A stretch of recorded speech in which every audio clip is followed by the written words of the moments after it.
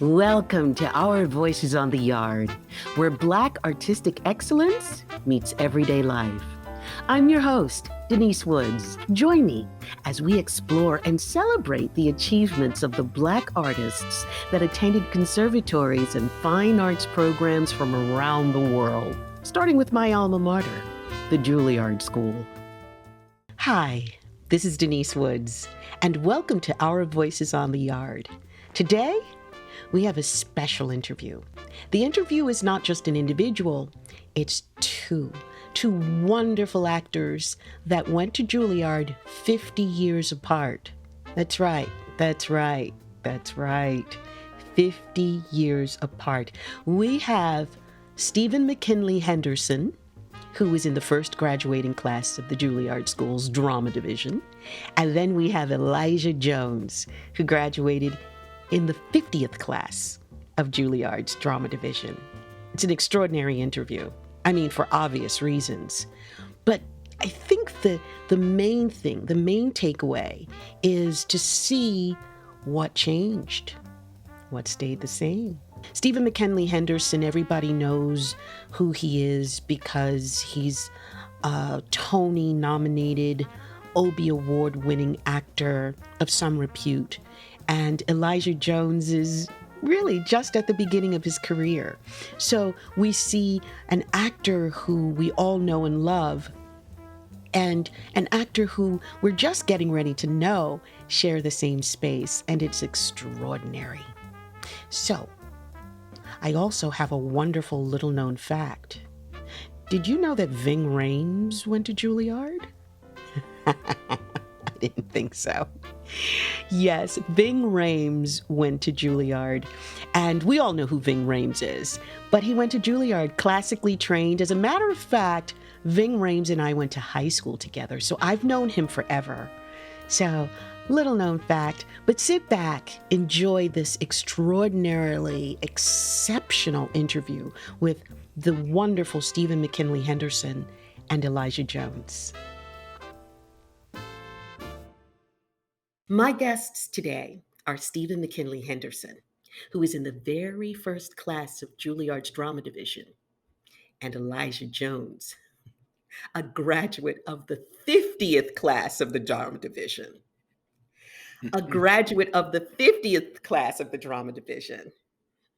Welcome, gentlemen. Welcome. Hello. Thank you for having me. Absolutely. Most of you know Stephen from the multi-Oscar nominated film Dune. But did you know that he has also appeared in 5 other Oscar nominated films? Extremely Loud and Incredibly Close, 2011. Lincoln, 2012. Fences, 2016. Manchester by the Sea, 2016. He did both of those in the same year. And Ladybird, 2017. He's the recipient of a Drama Desk Award, an Obie Award, and an AUDELCO Award. He really is best known for his August Wilson work in the Century Cycle of Plays. It's been said that audiences who watch August Wilson plays have grown first accustomed to and then dependent on Stephen McKinley Henderson. I would say that there's some truth to that. He's also been deemed one of the 32 greatest character actors working today. I wonder where they came up with that number 32. But I am sure glad that Stephen McKinley Henderson made the list because he is an exceptional character actor.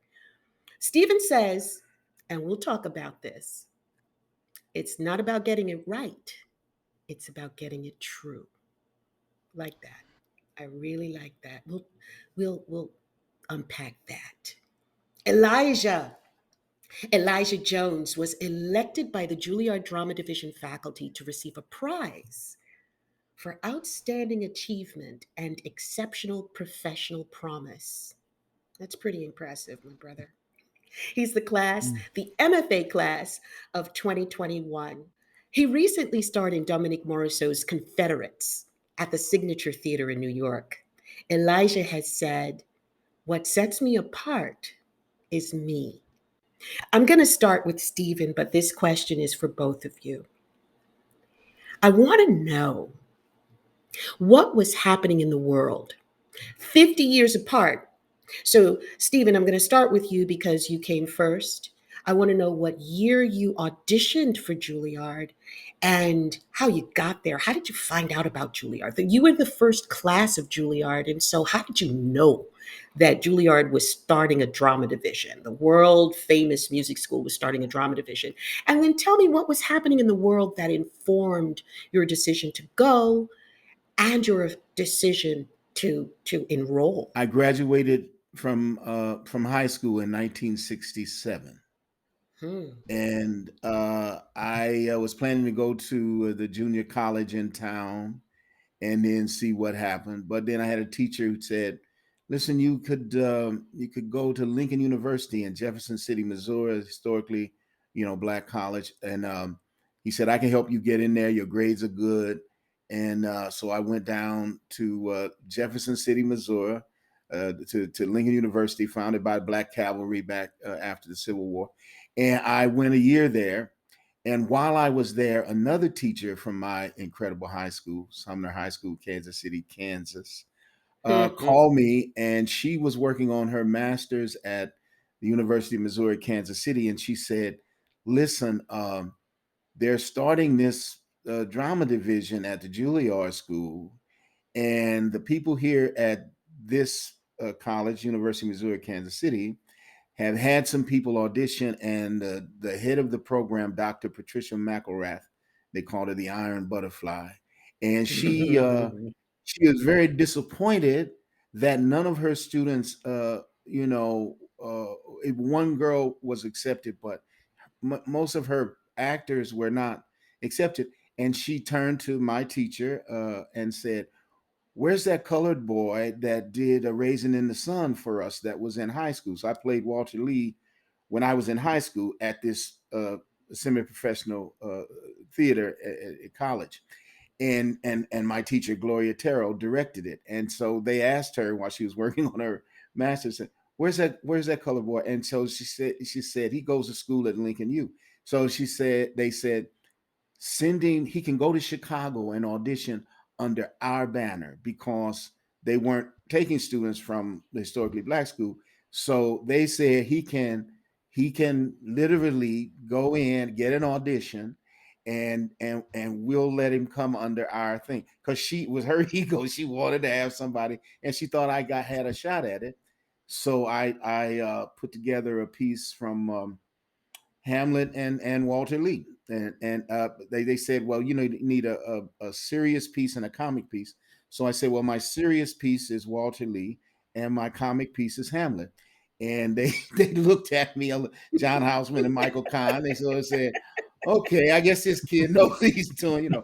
But I used the advice to the players Yeah. as my Oh, comic piece, speak the speech, I trying to pray get you. speak the speech I pray you, as I pronounce Mhm. it to you. And I was giving it to an older actor who was not able to hear as well. So I had to repeat certain lines, and I was frustrated by his inability to understand what I was saying.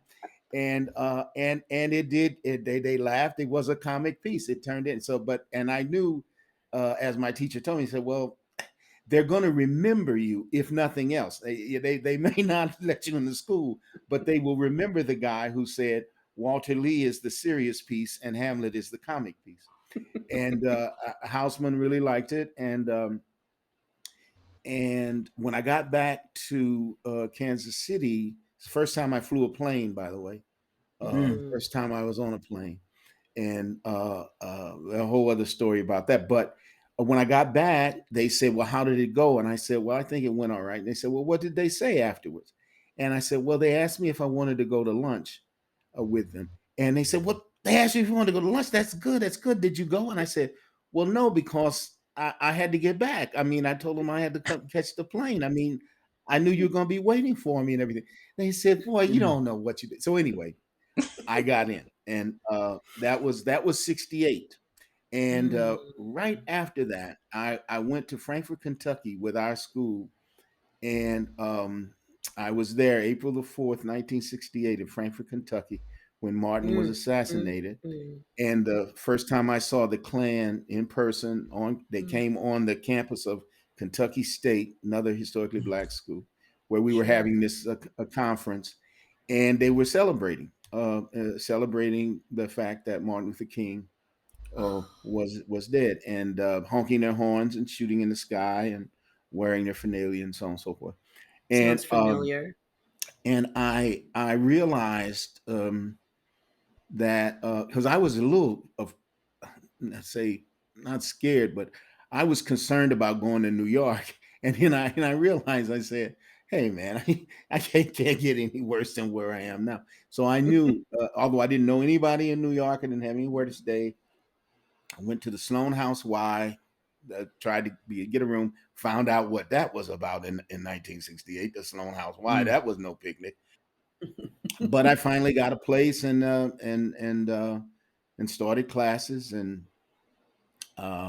it was my dear friend James Moody, he's the one who showed me how to ride the subway. I didn't know anything about the subway, and I Mm, was getting around barely till I got to the first day that I got to orientation, and mhm. he could look at me and see that I didn't know what was going on, and so Jimmy.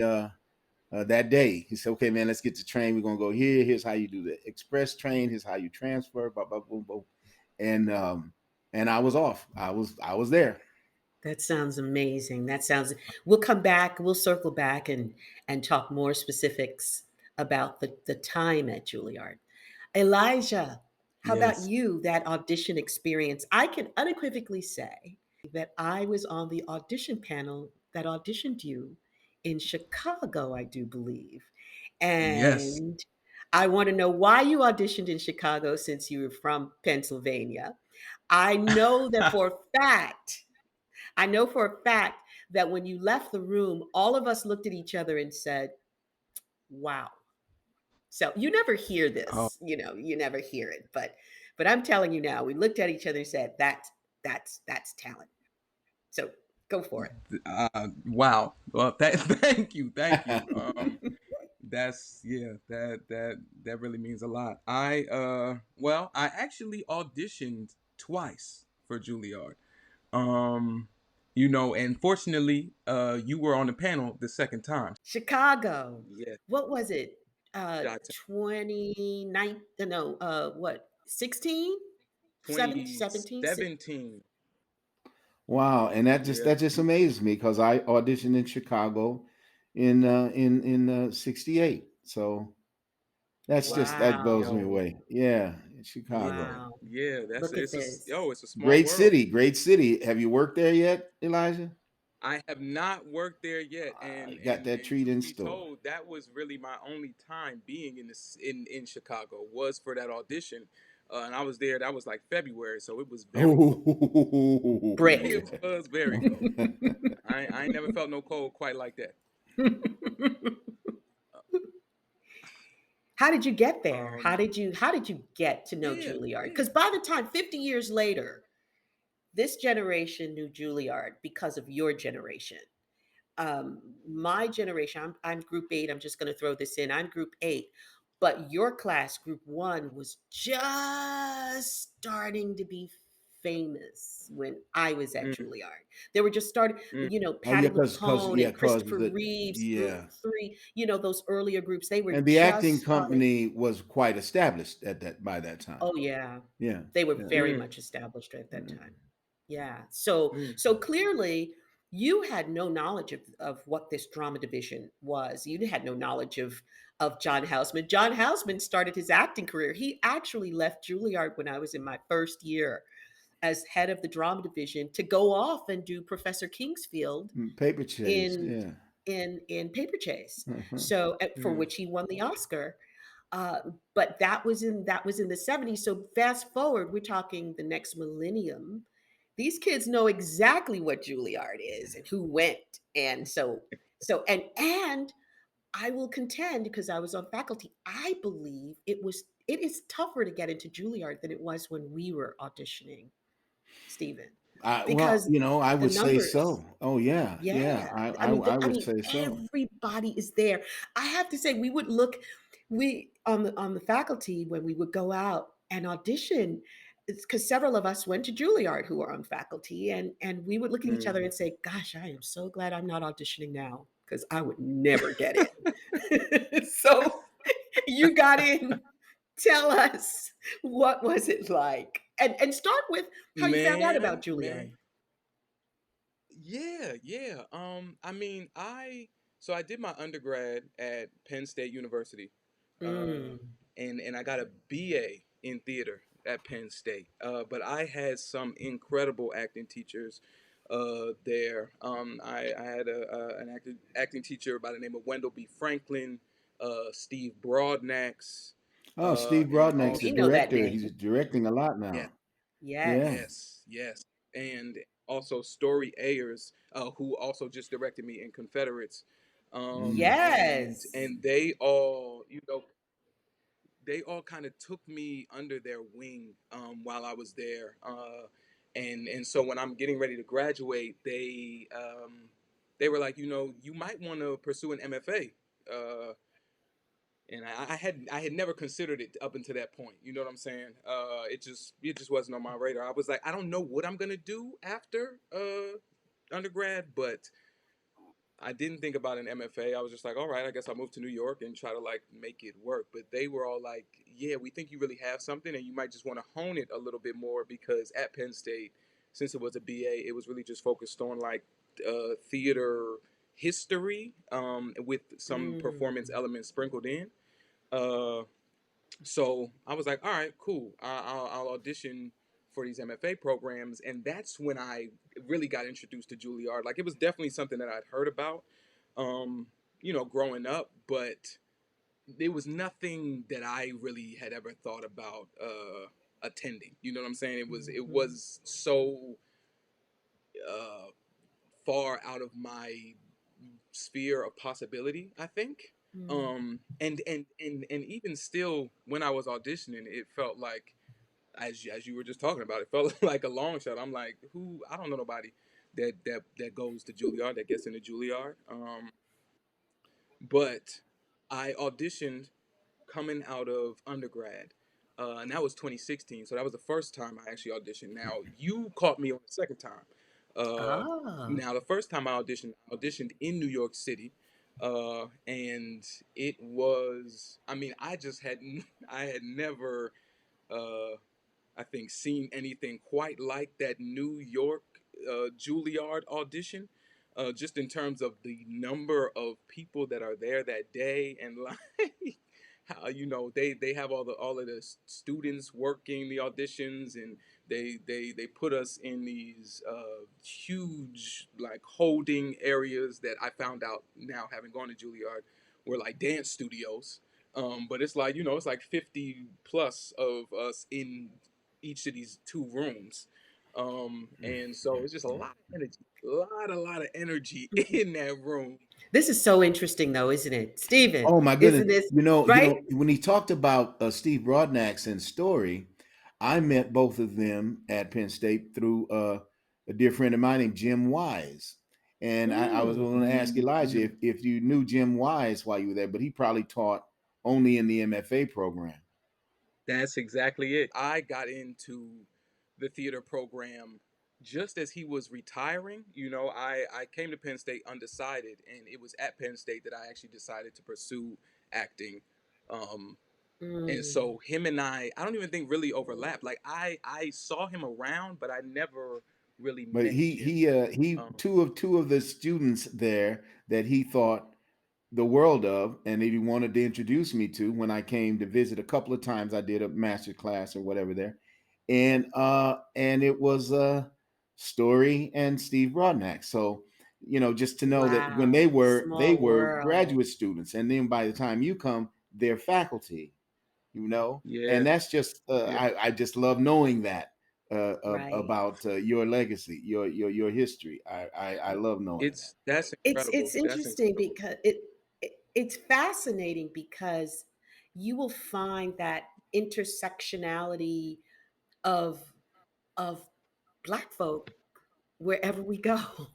It's like our Hmm. world is quite small. No matter what space we're in, we just know each other. And if we don't, I Yeah, know your yeah. Yeah. cousin. I know your second cousin, Yeah, yeah, yeah, yeah, yeah, we yeah, always have yeah. that, and it's beautiful. The New York audition was just very overwhelming, I think, for me, and just the number of sheer people that was there. So I didn't have success that first time around. And so I actually spent 9 months down in Louisville, Kentucky, doing an apprenticeship at Actors Theater of Louisville.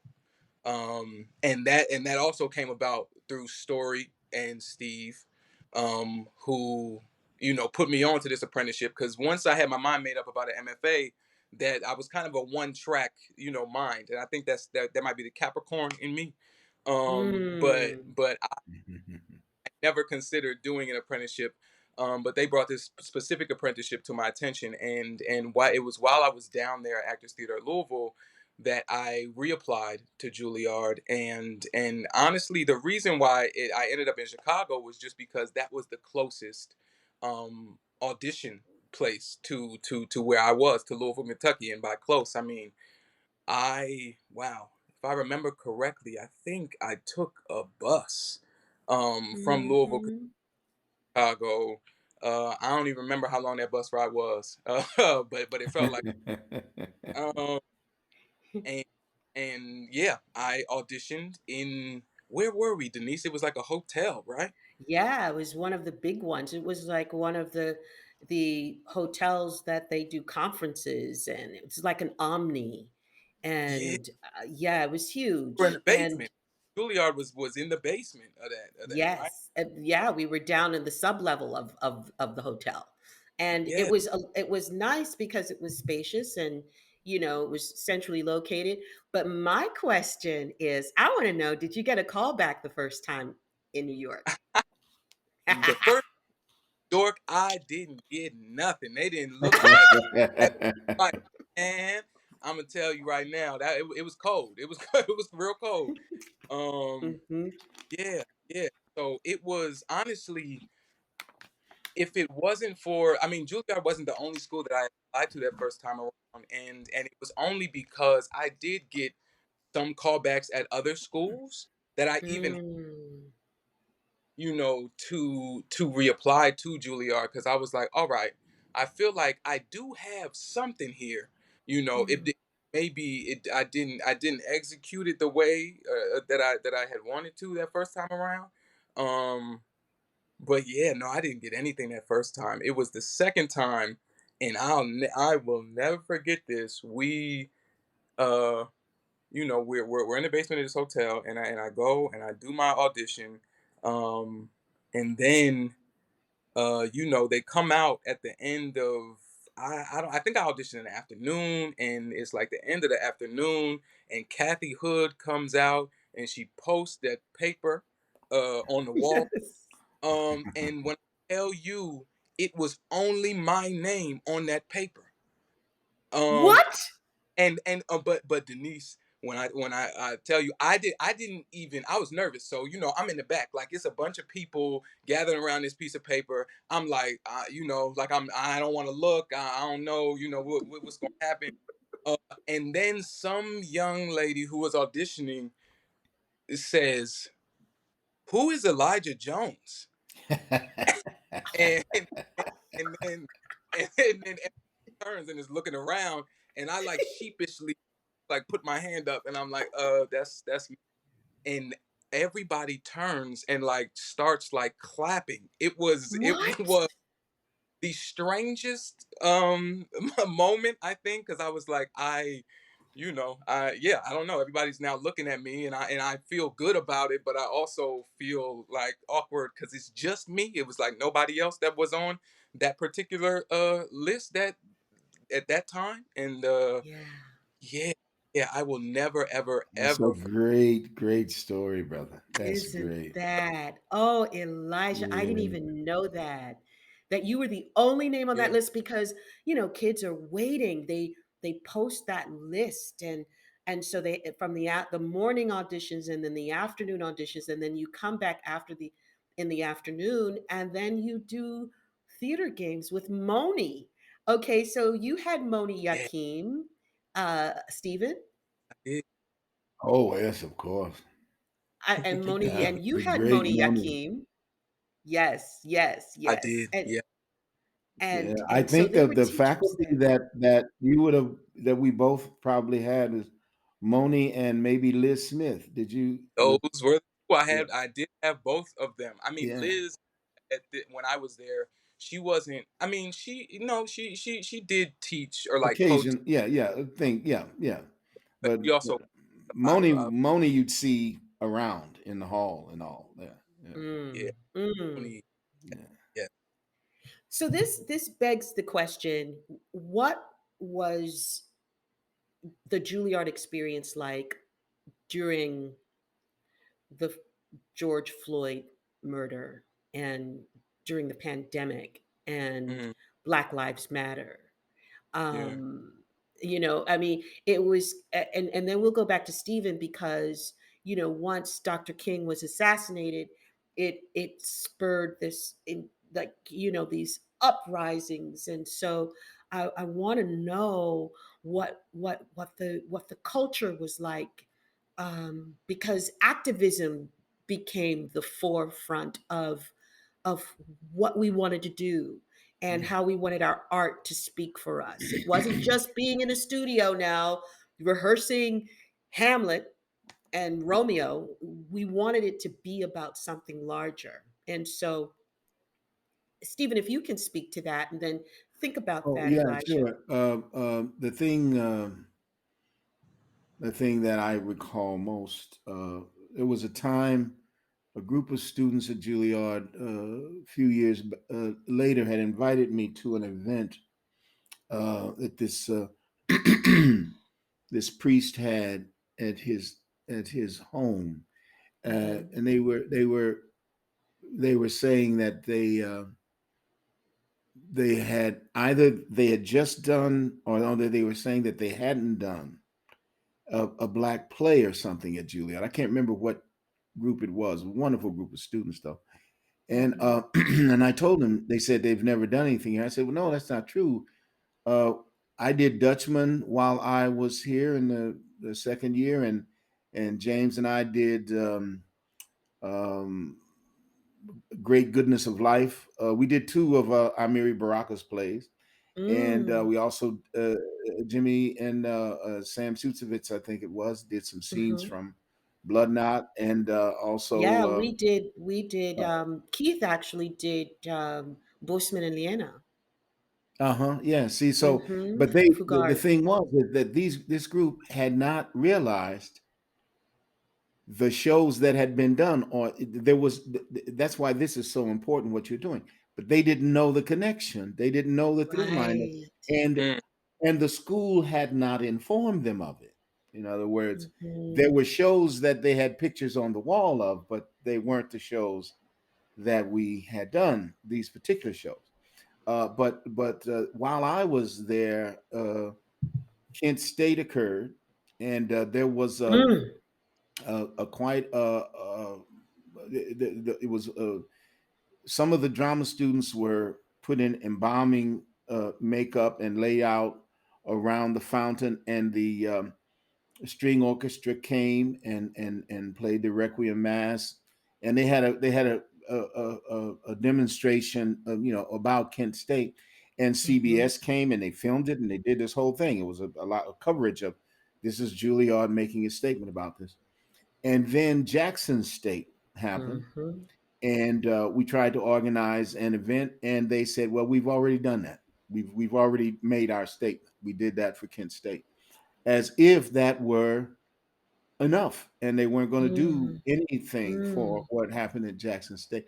And so that was the beginning of my disillusionment with the place, and the fact that it also had become that the competitive nature, the part of the first year, first Hmm. class, because that's what I was a part of. I wasn't a part of the first graduating class. You've got to get James Moody for that.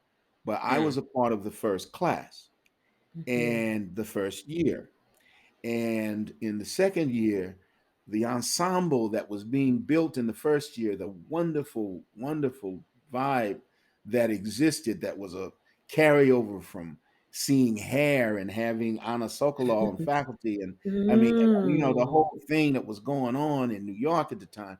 And Mhm. Oh, not to mention Marion Seldes Marion, on I faculty. mean, my Yeah. please, I mean, Yes. that's Yes. Yes. that's it. So all of that uh, in that first year was so ensemble building and the connection. And by the second year, after the cuts, see, because again, that's why I say it's so great that Yes. James ended the cuts. Guys didn't have to go through that, but those cuts that were going on when that started happening, it also caused the competitiveness and where you used to have your buddy's back, now you got the back so you can pull their pants down. You know what I mean? You see what I'm saying? Is that But it started to back get up, it Stephen. started to get a little Back up, Steve. Back uh-huh. up just a bit. Yeah, I want you to back up just a bit for people who don't know what the cut system was and the cut policy and who was James that came along, the James that oh you're referring to. I want people to James know that James it Norton, right? James absolutely. yeah, James Houghton, Yeah, mhm. yeah, who also at that time ran the Signature Theater. Mm-hmm. And Yes, and he was the head he of was the just a drama great division man. for a wonderful Yeah. stint. And he did away with Yes. that Yeah. cut policy because it really Yeah. was damaging. You could Oh, it barely was. It work. was psychologically Yeah. damaged, and there's students walking around right now. Michael Kahn acknowledged at one of the functions there that there were people who were walking wounded from that era. Yes. There's Oh, still, yeah. and I knew some classmates who I saw years later who never quite recovered Yes. from that. And what James Houghton understood was, he said, we will have a rigorous, thorough rehearsal. I mean, audition process where we do these workshops and we want students go through a lot of stuff, not just walk in the room and do a couple of monologues, but you do your monologues, but you also go through these workshops so we can see how you work together, how we build an ensemble, and so on and so Mm. forth. And once we commit to you, after we go through that rigorous audition process, we're committed to you for the 4 years. Now, you may decide to leave. Personally, you may decide this isn't for you, but we're committed to you unless you do some outrageous behavior. You finish your education. Now, that was not the case before that time. That And Juilliard was so never committed to you. You were evaluated at the end of yes. each semester for about 3 semesters, I think it was, or first year and then another semester. But In the you had to second year. get clear of the second year to be and the issue was that the people who were there in the first 2 years were paying for the Mm. education of those who stayed, you see. And Mm. so it was, and it wasn't because there were some evil people in the drama division. It was because in the initial incarnation of the drama division, the Juilliard School did not see drama as a fine art. You see, they did not see it Wow. as a great Wow. performance art form. This was they had it began as a music school, and Sure. then they allowed dance to come in. I think it was in Sure. the 50s, In the and that 50s, yes. and it was perfectly fine there. They didn't, and they never wanted to listen when the idea of jazz came up to be a part Oh, of it. For a long oh, time that was like oh, verboten, baby. Forget about yes. I that. sat on the You could committee. take theory. Yeah, oh, Yes. I see, there you are. See, but I so know. but the Yes, drama thing was hard won. It was hard won. And it couldn't be at a American theatrical tradition, say like the Actors Studio or something like that. It had sure. to be the The classical neighborhood training playhouse. that and John and John understood. John knew what the game was because he had been Hollywood and he'd done the classics and that. So he Mm-hmm. was, making sure that we may have to come in this way, but we're gonna get there. We're gonna get to a unique American tradition eventually. Yeah. But he had to bite the bullet in many ways. He had to do things that he didn't want to do, but they cut funding. They started out funding the drama division, and then the next year, after giving scholarships to some students, the Juilliard School cut back on that funding. So there Wow. were scholarship students who had to go, and there were students who were paying customers who had to stay, and Mm. so that they could keep the boat afloat. Mm, So there were a lot of things like that happened. So Mm. anyway, and I Mm-hmm. knew far too much about it than I really wanted to know, but I Mm-hmm. I knew because Hausman thought something of me, and also because you have your ways. People. We have Sure. to. That's another thing about our people. We can read between the lines. We can see the look Yes. that you don't think we see. And That's so right. Come on. all that went down, and so So I what got about my the hat. inclusion? Oh, go ahead. I'm sorry. Well, I was just saying I left after 2 years of training. Mm-hmm. Mm-hmm. And I that was, and I went to North Carolina School of the Arts, but I kept my connection to the school uh, because there were friendships that were lifelong friendships that are made in those in the trenches Mm-hmm. there. You've got friends Absolutely. that you make there that will be friends for life. Thanks so much for spending time with us. Come back next week for part 2. You want more? Find us on whatever podcast platform you use. Subscribe and leave us a review. Thanks a lot. See you next time.